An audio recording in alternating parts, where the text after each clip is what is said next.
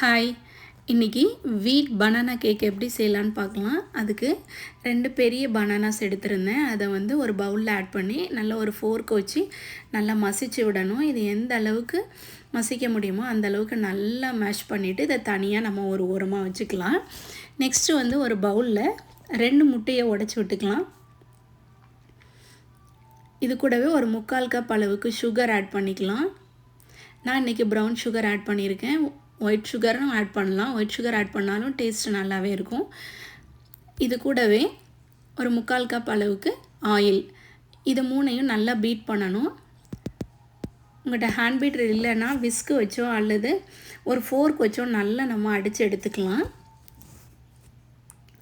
இந்த அளவுக்கு அடித்து எடுத்துட்டு இது கூடவே 1 ஸ்பூன் அளவுக்கு பேக்கிங் சோடா அண்ட் 1 ஸ்பூன் அளவுக்கு பேக்கிங் பவுடர் இதை ஆட் பண்ணிவிட்டு இது கூட ஒரு ஸ்பூன் அளவுக்கு வெனிலா எசன்ஸ், 1/2 ஸ்பூன் அளவுக்கு சால்ட்டு,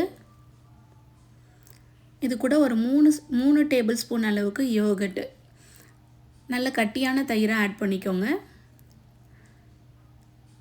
இது கூடவே 1/2 கப் அளவுக்கு கோதுமை மாவு, சப்பாத்தி மாவு இருக்குல்ல, எந்த சப்பாத்தி மாவு பிராண்டாக இருந்தாலும் நம்ம அதை ஆட் பண்ணிக்கலாம். அதை ஆட் பண்ணிவிட்டு நம்ம வந்து ஒரு ஸ்பேட்டுலா அல்லது ஒரு ஸ்பூன் வச்சு நல்லா மிக்ஸ் பண்ணணும். அதுக்கப்புறமா நம்ம அடித்து வச்சுருக்க பனானாவையும் இது கூட ஆட் பண்ணிக்கலாம். அது கூடவே ஒரு 1/2 கப் அளவுக்கு பால் வந்து நான் ஆட் பண்ணியிருக்கேன். இதையும் நல்லா மிக்ஸ் பண்ணணும். எல்லாம் நல்லா மிக்ஸ் ஆகி வர்ற வரைக்கும் நல்லா மிக்ஸ் பண்ணணும். இதை அப்படியே நம்ம ஆட் பண்ணி நம்ம வந்துட்டு கேக் பண்ணலாம். நான் இது கூட ஒரு 3 ஸ்பூன் அளவுக்கு கொக்கோ பவுடர் ஆட் பண்ணியிருக்கேன். அப்போனா நமக்கு வந்துட்டு சாக்லேட் கேக் மாதிரி அந்த கலர்ஸ் கிடைக்கும், டேஸ்ட்டும் நல்லாயிருக்கும்.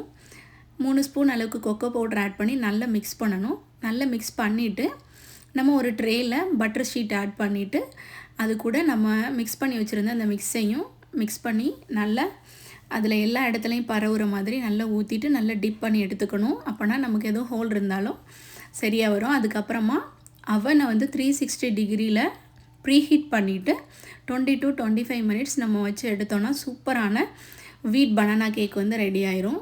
இது நல்லா ஆறுனதுக்கப்புறமா கட் பண்ணுங்கள். நான் வந்து சூடாகவே கட் பண்ணிட்டேன். ரொம்பவே டேஸ்ட்டாக இருந்தது கேக்கு. ரொம்ப ஸ்பாஞ்சியாக சாப்பிட்றதுக்கு அவ்வளோ டேஸ்ட்டாக இருந்தது இந்த கேக்கு. செஞ்சு வச்சு 1/2 ஹவரில் எங்கள் வீட்டில் காலி ஆகிடுச்சு. கண்டிப்பாக செஞ்சு பாருங்கள், ரொம்ப டேஸ்ட்டாக இருக்கும். மைதா மாவு வச்சு கேக் பண்ணணும்னு நம்ம யோசிக்க கூட மாட்டோம். இந்த மாதிரி செஞ்சு சாப்பிடும்போது ரொம்ப ஈஸியாக ரொம்ப டேஸ்ட்டாகவும் செஞ்சு முடிக்கலாம் அந்த கேக்கை. ட்ரை பண்ணி பாருங்கள்.